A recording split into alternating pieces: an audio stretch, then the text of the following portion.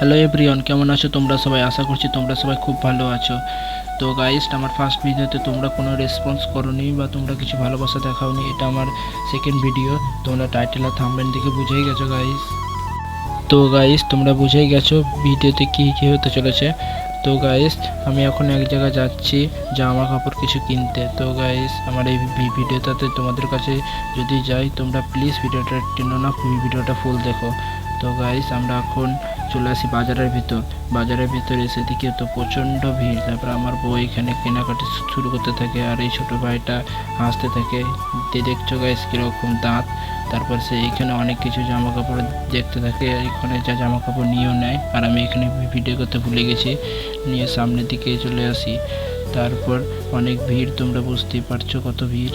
তো গাইস, তারপর আমরা এখান থেকে বেরিয়ে যাই, আর এখানে এসে আবার আসে দেখতে পাই সে অনেক জামা কাপড়। তারপর সে এখানে একটা পছন্দ করে নিয়ে নেয়, আর সে ক্যামেরার দিকে তাকায় হাসতে থাকে, কারণ এটা আমার সেকেন্ড ভিডিও গাইস।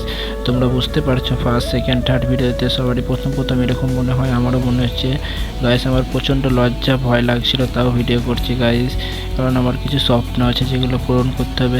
সেটা একমাত্র সম্ভব তোমাদের ভালোবাসার সাপোর্টের জন্য। তো গাইস, আমাকে একটু সাপোর্ট করো। তোমাদের এই ছোটো ভাইয়ের ছোট অনেক স্বপ্ন আছে। তারপরে এই ছোটো ভাইয়ের কাছে যে চলে আসে, আর আমার বউ এখানে একটা জামা কাপড় পছন্দ করে। তারপর আমি বললাম এটা তো ভালো না, এটা নিস না। তারপরে এই জামাটা পছন্দ হয় তার। আর এই ভাইটা বলছে আমার ভিডিও করো না, আমি ভাইরাল হতে চাই না। বললাম যে ভাইরাল তো হয়ে যাবে একদিন, এরকম যদি করতে থাকি। তো গাইস, আমরা এরকম ভিডিও করার পর আমার বউ আবার কি ক্যামেরার সামনে চলে আসে, হাসতে থাকে। তারপর সে আমার ভাইটার এই প্যান্টটা পছন্দ হয়ে যায়। তারপর সে বলে যে আমি এটা কিনবো। বললাম যে চল তাহলে।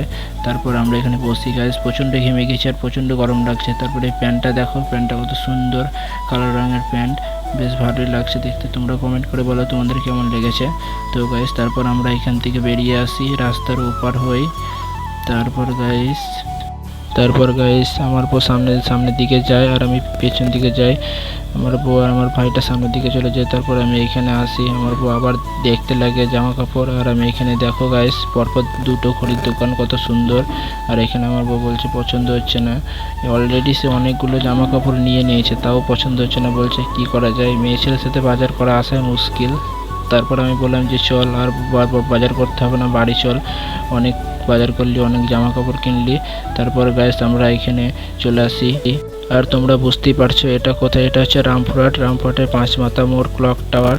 তারপর আমরা বেরিয়ে যাই গাড়ি করে। আর গাইস, রাতের ক্যামেরা খুবই খারাপ দিচ্ছে, কারণ এটা আমার বেশি ভালো ফোন না, পোকো M3 গাইস, ওটা দিয়ে শ্যুট করছি। তারপর সো গাইস, ভিডিওটা এই পর্যন্ত ছিল। ভিডিওটা কেমন লাগলো কমেন্ট করে জানিও। আর হ্যাঁ, তোমরা লাইক সাবস্ক্রাইব করতে ভুলবে না, কারণ তোমাদের সাপোর্ট খুব প্রয়োজন।